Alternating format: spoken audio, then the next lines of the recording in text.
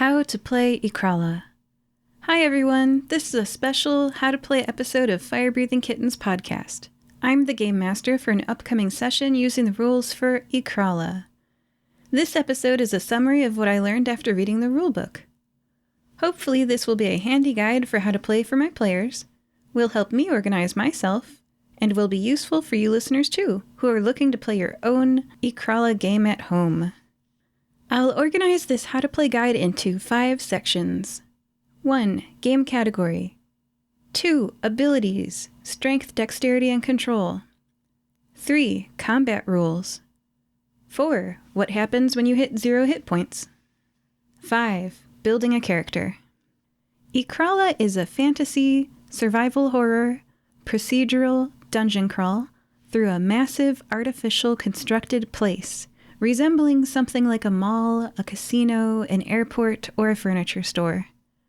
On the one hand, there is a horror to a place with no natural light, where every square foot has been planned to slow you down, lure you into forgetting what time it is, and not realize you are spending forever there. On the other hand, there is a fantasy aspect to being in the store overnight, jumping onto the display bed, picking up any container off the shelf and eating out of it. Ikrala melds the horror and fantasy together into a massive, nearly endless store where everything is yours for the taking, but everything is also out to kill you. Like the movie Beauty and the Beast, where the furniture and cutlery has a mind of its own, or like a mimic treasure chest that eats the adventurers who open it, players will fight floor after floor in their quest to find the item they're shopping for, and then find the elusive parking garage exit. How to play. Players roll a 20-sided dice, also called a d20, and compare the result to their ability score. If the dice is equal to or lower than their ability score, they succeed. For example, a dice roll of 10 and an ability of 11 would mean the player succeeded on what they were trying to do. If the dice is higher than the ability, they failed. For example, a dice roll of 20, which is often a critical success in other tabletop role-playing games, is always a failure in Ikrala. In Ikrala, a 1 is always a success. Here is an example of a strength ability roll. Vera is trying to lift a dresser to block the door she and her party just came through. The dresser is heavy and will be a good barricade for the door. But, being heavy, it is not trivial to move it. Vera's strength ability is 11. Vera's player rolls a d20 and gets a 6. This is a success. Vera successfully moves the dresser to barricade the door. Here is an example of a dexterity ability roll. William is trying to sneak past a display couch that has ominously opened up to reveal a giant mouth with sharp teeth. His dexterity ability is 8. He rolls a 10, which is higher than an 8, so he fails to sneak past and the couch notices him. It licks its couch cushion lips in anticipation. Here is an example of a control ability roll. Rut is walking along looking at items for sale when she spots a lava lamp. Its fluid motions are mesmerizing. Her player is asked to roll a control saving roll. Rut's control is 13. Her player rolls exactly a 13, which meets it to beat it, and Rut is able to pull her eyes away from the very interesting lava lamp motions and keep walking. Combat rules. At the start of combat, players roll against their dexterity ability to see if they go before or after the enemies. If their dice is lower than or equal to their dexterity, they go before the enemies. If their dice is higher than their dexterity, they go after the enemies. A dexterity challenge is also used to determine if the players successfully retreat from an enemy, which is something to keep in mind. Players can make 1 movement and 1 action on their turn. All attacks hit in Ikrala. There are no missed swings of a sword or arrows flying past the target. Attacks can deal either physical damage or stress damage. Physical damage is reduced by armor. Stress damage is reduced by stability. To make an attack, roll the weapon dice. For example, you roll a d6 and get a 4 on the dice. Then subtract the target's armor or stability.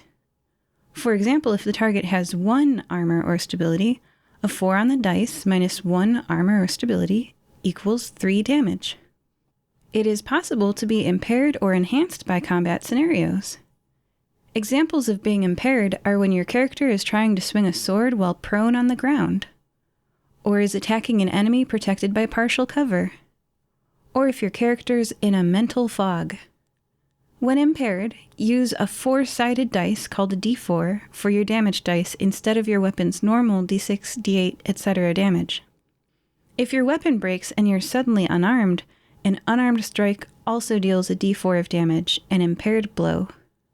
An attack can also be enhanced. An example of an enhanced attack is if your character is unaware they were in a combat scenario, and a giant spider waits until the perfect moment to drop down from the ceiling and drive its fangs into you, that first sneak attack would be enhanced. You weren't aware enough of the danger to make any motions to defend yourself, so their enhanced attack deals a 12-sided dice, a d12 of damage, instead of their normal d6, d8, etc. When an enemy is reduced to 0 HP, it makes a morale check. If there is a group of enemies, when the first one reaches 0 HP, they must make a morale check as a group. Roll a dice and compare it to their control.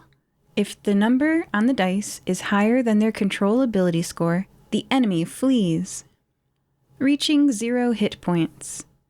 In Ikrala, when you run out of hit points, the damage starts to affect your ability stats.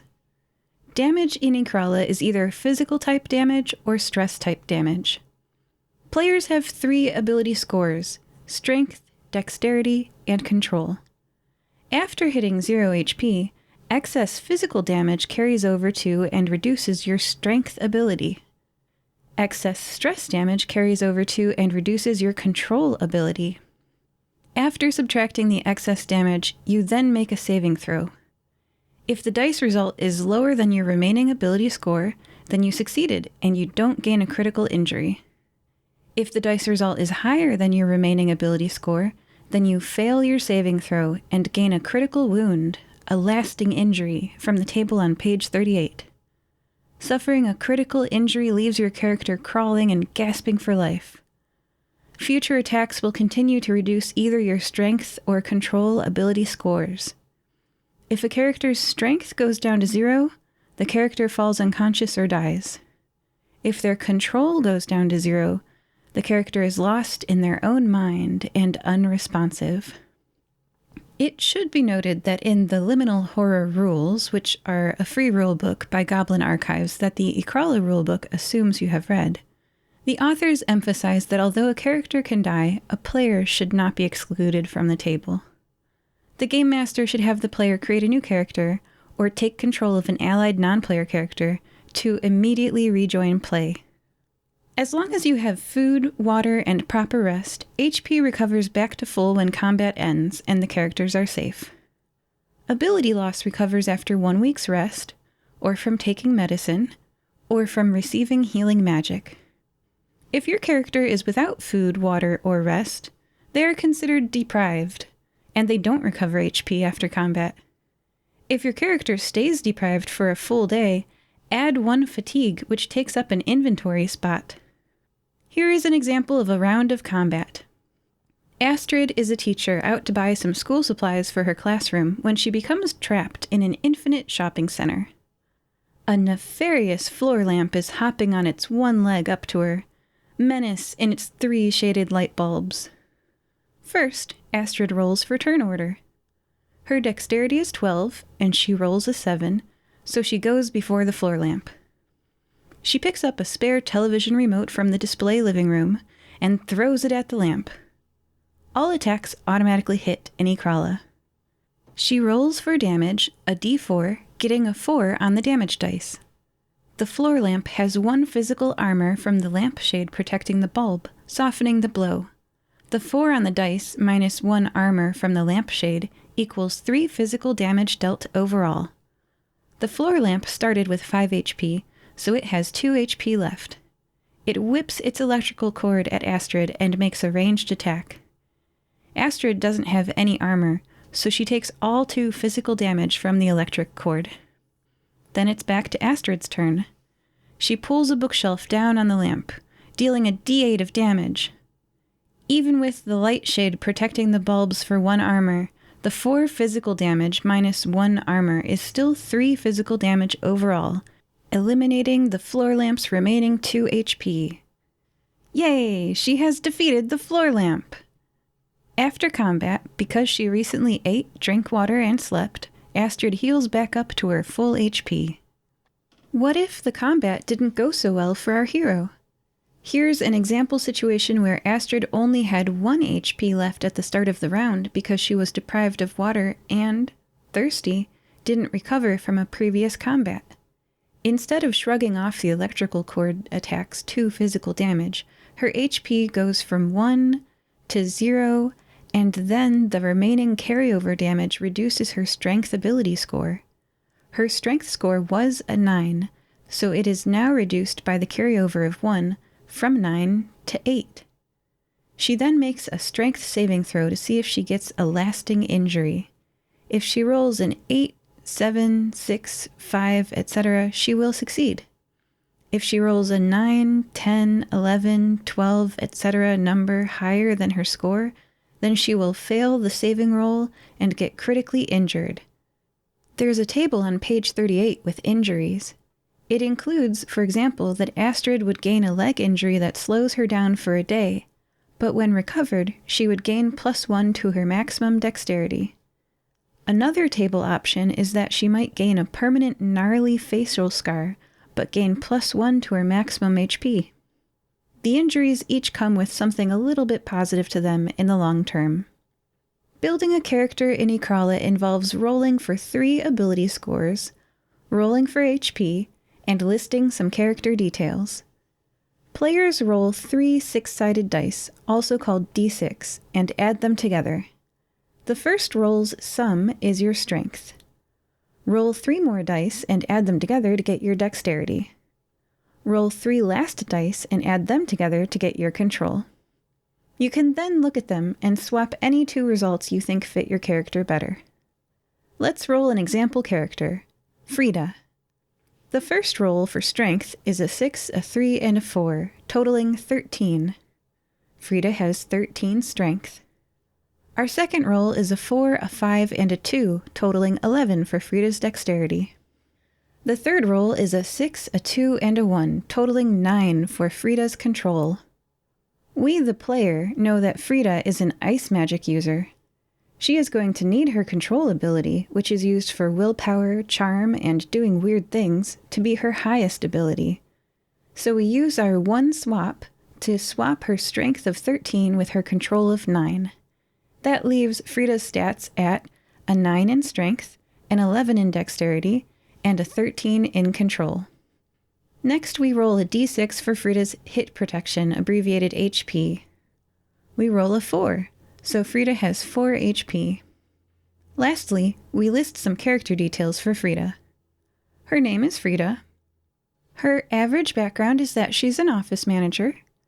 She manages a worker named Edith. The next detail is her style of dress, which we'll describe as upscale.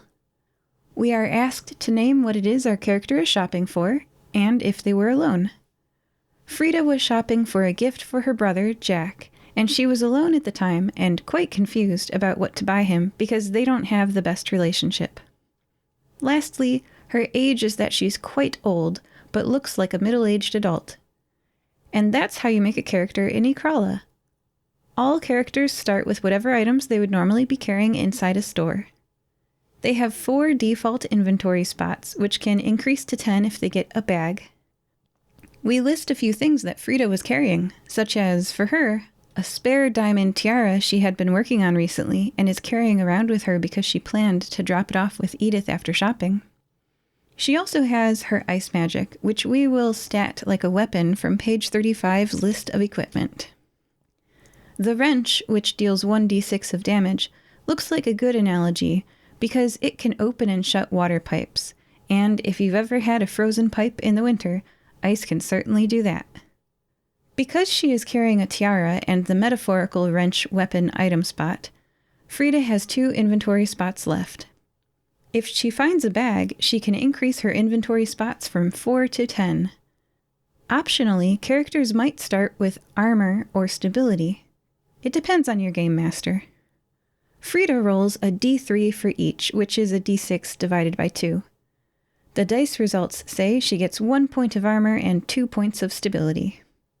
And that's Frida, complete. For players in my upcoming Ikrala game, please follow the rules as written for making your character. Stat your weapon like a weapon on the equipment table on page 35, and then also use the optional rules to start with stability and armor. Roll a d3, which is a d6 divided by 2. For example, a 1 and a 2 mean 1, a 3 and a 4 mean 2, and a 5 and a 6 mean 3. The result is how much stability you have. Do that again, and this second result is your armor protection. Describe what your armor looks like, such as a helmet, a shield, a thick coat, etc. Hopefully this little rules chat helps my players build their characters and understand how to play.